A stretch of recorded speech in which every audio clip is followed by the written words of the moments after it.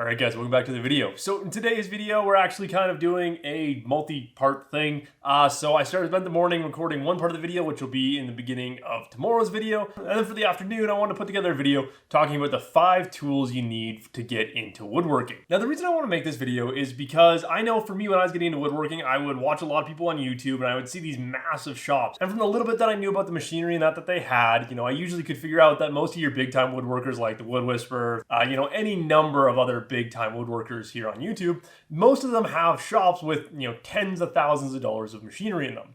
Even my shop, from what you can see behind me, I probably have just under $10,000 in machinery and tools and all that just sitting in here. So woodworking is a very expensive hobby to get into. You need space, you need tools, you need machinery, you need all this kinds of stuff in order to actually do something with this hobby. Again, one of the things you'll hear on YouTube from a lot of these big time woodworkers who have tens of thousands of dollars and stuff in their shop is you don't need all that much. You can get started with just a few little things. And it's really hard to take those people seriously because they can literally build whatever they want because they have thousands and thousands of dollars of tools and machinery.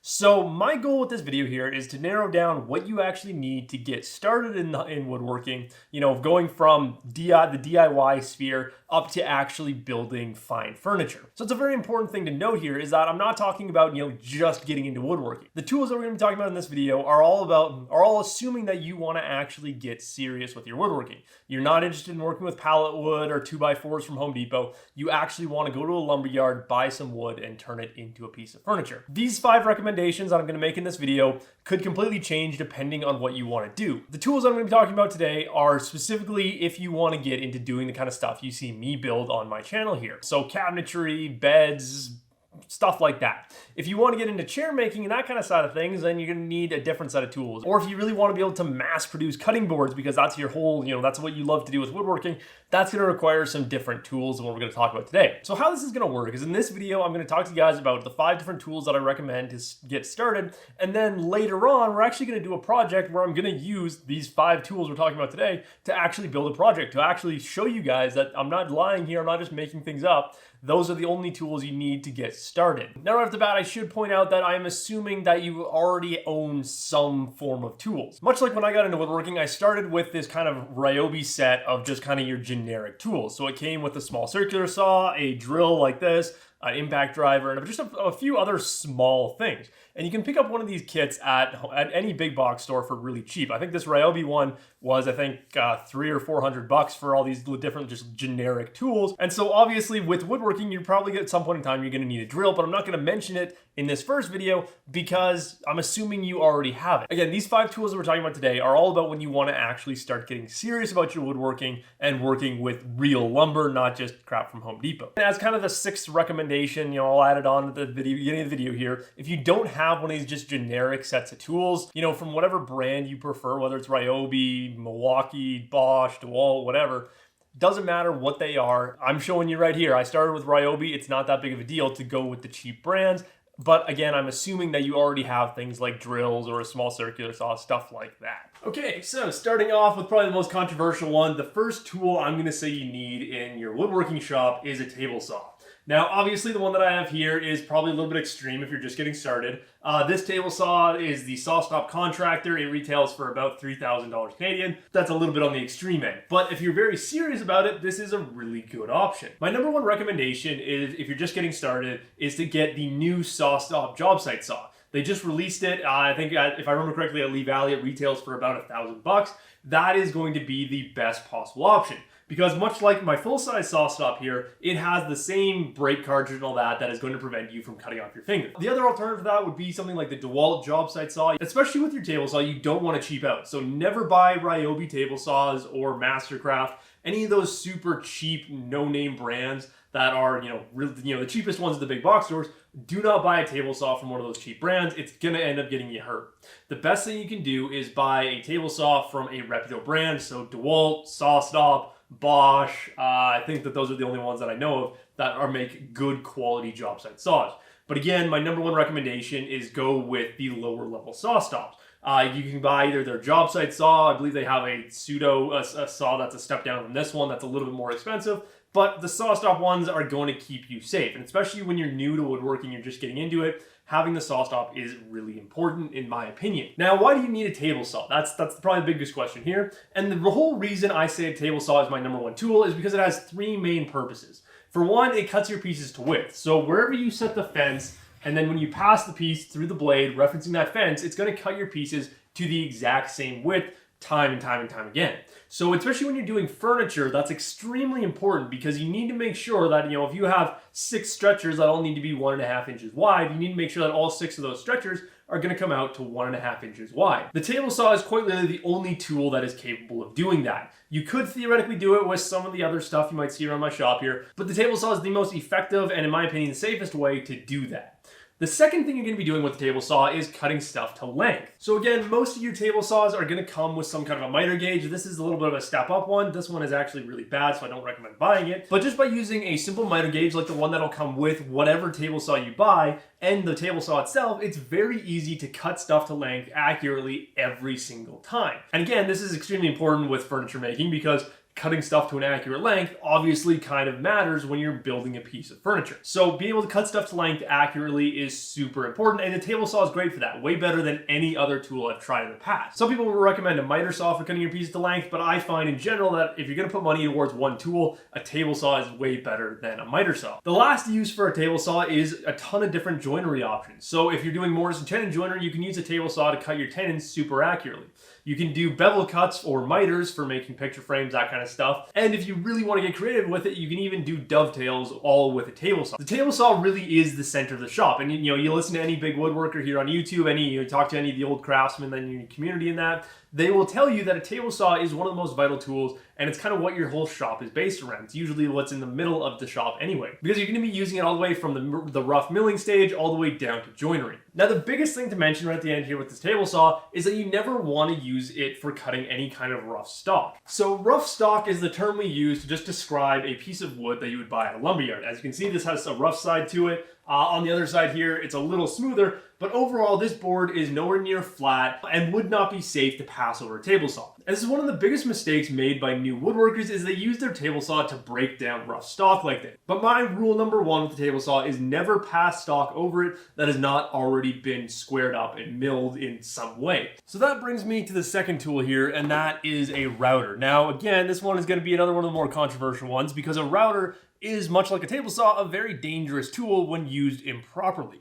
If you don't have experience with a router, it can be a very intimidating tool to use if you don't get the right one. And I'm going to tell you right now, my only recommendation for someone that is just getting into woodworking, the router that you should buy is this guy right here, the Bosch MRP 23 EVS. And there's one very specific reason, and I talk about this every time I bring up this router. It has this electronic trigger on the switch. So most routers will have a little switch at the top where you flip the switch, the router turns on, but that requires you to take your hand off the router, which now becomes less safe. Whereas with this router, you turn it on and turn it off all by just squeezing this trigger that is on the grip.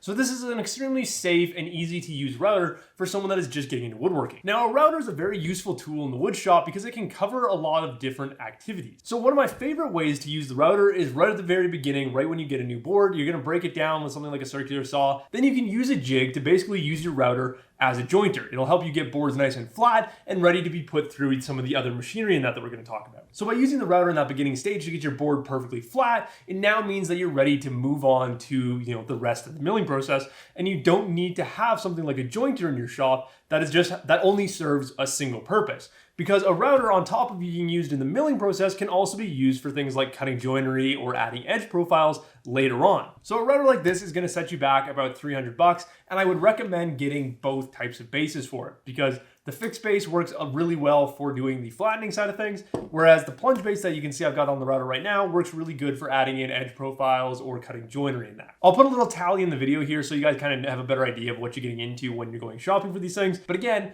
don't cheap out on your tools. My first router that I bought was a Ryobi one, and I very nearly had a catastrophic accident with that router because it was a cheap router. So going with a good quality, reputable brand like Bosch here is going to serve you a lot better than going with a cheap brand. So again, suggestion number 2 is get yourself a good router because this is going to cover your bases in that rough milling stage about getting your boards nice and flat. You're going to be able to start doing some mortise and tenon joinery, and you're going to be able to add edge profiles and all that to your finished pieces to just step up the level of work you're doing. Okay, so the next tool here is a planer. Now, a planer is an extremely important tool here, but it's going to be kind of a weird one for this list. So if you haven't picked up it already with the table saw and the router, the most important thing of all these tools that I'm recommending in this video is that they have multiple uses. They can be used in multiple stages of a woodworking project to do completely different things. And it's really important when you're just getting into woodworking to pick up those tools that can do multiple different things. They might not be the perfect option for doing certain things, but they can be used in multiple different areas of a project, so you're not having to buy a whole bunch of different tools that are very specific. Now, the planer is the one caveat to that. All this machine does is it takes pieces from random thicknesses and makes them all the exact same thickness. Now, same rule with the planer as with the table saw, you should never be putting non-squared up stock through your planer. So that's what I mentioned before with the router. You're gonna start by using the router to get all of your boards nice and flat, then you can put them through the planer, referencing that nice flat face. So that's where your planer is going to come in. And with furniture making, a planer is a very, very important tool because just like I mentioned before with the table saw, having pieces to those accurate widths with the table saw is the exact same as having things to the accurate thickness with the planer. Having all your pieces down to an accurate 3/4 of an inch thickness, let's say, is such a vital part of building good furniture, which is why I'm putting a tool that only does one simple function on this list. Now again, you don't need to go out and buy a top-of-the-line planer. Now the one that I have here is the DeWalt DW735. This is as good as it gets for a 110 volt planer because this one works really nicely. It's super smooth. You don't have to like lock in any levers. It has a slow and a fast speed, which helps reduce tear out. And it's very easy to replace the cutter head in this for a spiral or helical one down the road. So that is why this is probably the most popular planer you'll see between all the YouTube woodworkers and even in a lot of professional shops. People are still using this DeWalt planer. And so that DeWalt planer comes in right around $900 depending on where you buy it from. So for a lot of people just getting into woodworking, it's a little bit too expensive. One of the things you can do with the planer though is you can go with some of the slightly cheaper brands. Now this is the planer that I started with. It's a rigid lunchbox style planer. So it's got these little wings that open up, you feed it through. Now this is not a bad planer, but there's a reason that I upgraded to the DeWalt one. That DeWalt one that I have set up is a much better planer than this rigid one. But this rigid one only cost me about $300 or $400 because I remember I bought it on sale when I got it. So, and you can usually find these lunchbox style planers on Kijiji, Facebook Marketplace for pretty cheap. So this is where I would recommend you start. Find a good lunchbox style planer and just learn how to use it. And so our next tool recommendation here, because again, I love being controversial and doing stuff that it probably goes against the grain of what most woodworkers would recommend, I would highly recommend you get yourself a hand plane. Now you might be wondering, well, why the heck, if I'm just getting into woodworking, do I want to get a tool like this? Especially something like this low angle jack, which costs about $300. And this is the one that I would recommend you get. This is the Lee Valley Veritas low angle jack. And this is one of the best hand planes you can possibly start with, in my personal opinion. Now, why do you want a hand plane? Well, because they serve you in multiple different ways. Again, there's something that can be used all the way from the rough milling stage. You can use a hand plane to just get a board flat. You can use it to joint edges. Then you can use the hand plane later on for cleaning up joinery, truing up pieces with a shooting board, stuff like that. Then finally, my favorite use for the hand plane is you can use it for all of your finishing work. So you can use this tool quite literally all the way from a rough piece of stock all the way down to, just before you apply oil or finish to your final piece of work. So a hand plane is one of the single most useful tools in the shop that I think a lot of modern woodworkers just don't really think about.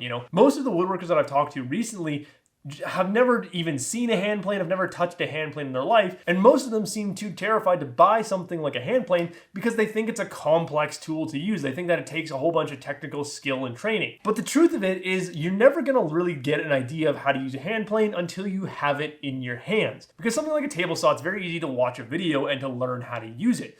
All I have to do is say, you raise the blade to this specific height, you pass your piece through, and you don't touch your digits to that spinning blade of death.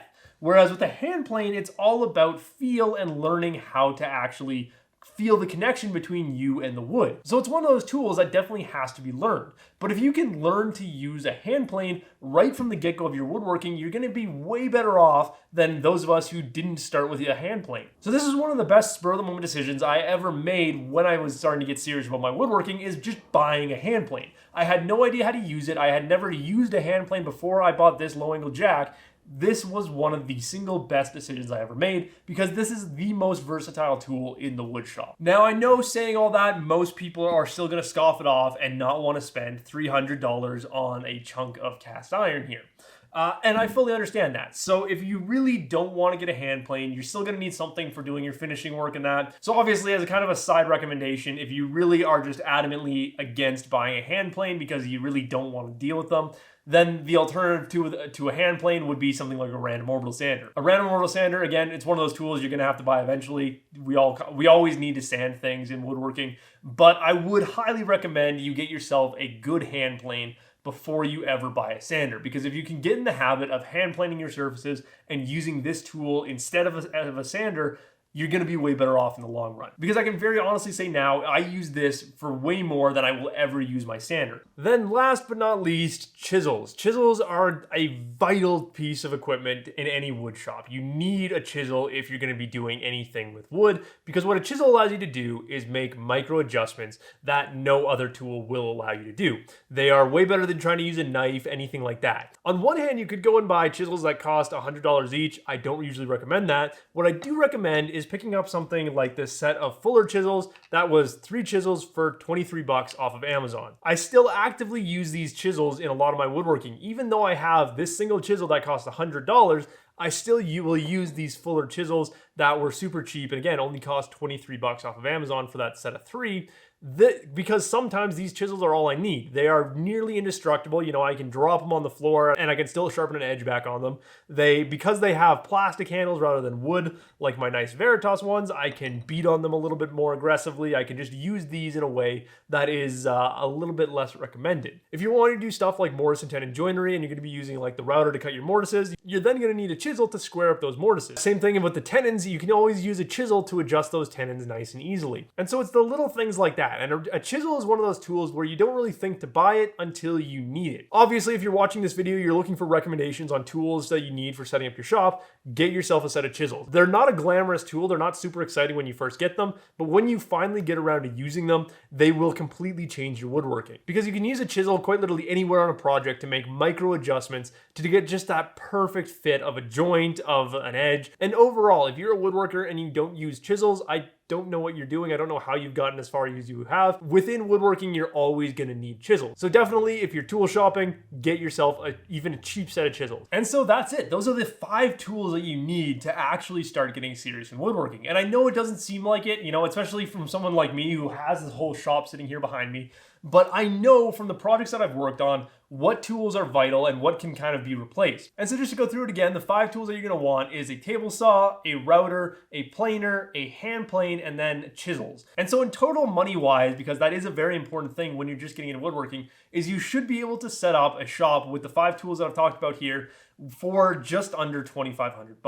Now, I know that sounds extreme, but trust me, it is going to be worthwhile. You know, the biggest thing here is that you don't want to cheap out on any of this stuff. So if you go with like the SawStop job site saw, you go with a good quality Bosch router like I showed you before, you go with either a good quality lunchbox planer, you go all the way up to the DeWalt planer, getting yourself a good Veritas or whatever good brand hand plane, and then you get yourself a cheap set of chisels. The chisels are the one area where you can cheap out on them because realistically, you're going to damage them anyway. Not that big a deal. So chisels you can cheap out on. The other 4, definitely do your research. Take some time to buy a good quality item. Don't cheap out on it from the get-go because you're going to have these things literally forever. If you buy a good quality tool at the beginning of your woodworking career, you're going to have it forever. So I know for me personally, if I just bought this DeWalt planer like I knew I should have when I first got into woodworking, I would have saved myself, I believe, the $400 or something that I spent on that rigid planer that eventually burnt out. Rather than buying the cheapest thing that I can possibly afford, if I can either save up for a little while or find some way to get a little bit of extra money for that purchase, whether it's borrowing it from a friend or family, you're always going to be better off in the long run to buy the better quality item. And so that's the number one thing here with all these tools that I'm talking about today. Buy the best you can possibly afford. It'll serve you better in the long run. Like I mentioned at the beginning of the video, the goal with this is not to tell you that you need to buy all these tools in order to build anything in woodworking. Obviously, you can buy whatever tools and machinery you want to buy and just kind of figure it out as you go. Buy more tools as you need them, that kind of thing. These 5 tool recommendations that I made today are just kind of the 5 tools that I would recommend. If you're wanting to set up a woodworking shop, buy these 5 tools, have them in your shop. then you can kind of add on to your collection in your shop from there. So along with these tool recommendations, I'm going to be putting together a small project where we can actually use all 5 of these tools, and I'll show you guys exactly how you can get started doing some traditional Morrison tenon joinery and that kind of stuff, only using the 5 tools that I talked about today, plus, obviously the basic kit that I talked about at the very beginning of the video, because, drills and small saws and that kind of thing that you probably already have, that kind of stuff. So that project is going to be coming out sometime soon. I still have to kind of figure out and plan what I want to do, because I personally have to kind of dial back what I can do here, because obviously with the shop behind me, I can do a lot of stuff that most people who are just getting into woodworking don't have the option to do. So I'm currently working on planning out that project. It's going to be pretty exciting once we get to it, because I think it'll be really good for a lot of the people that are just getting into woodworking. So I hope you guys will subscribe to see that series, but as always guys, I do hope you enjoyed this video, and I will see you in the next one.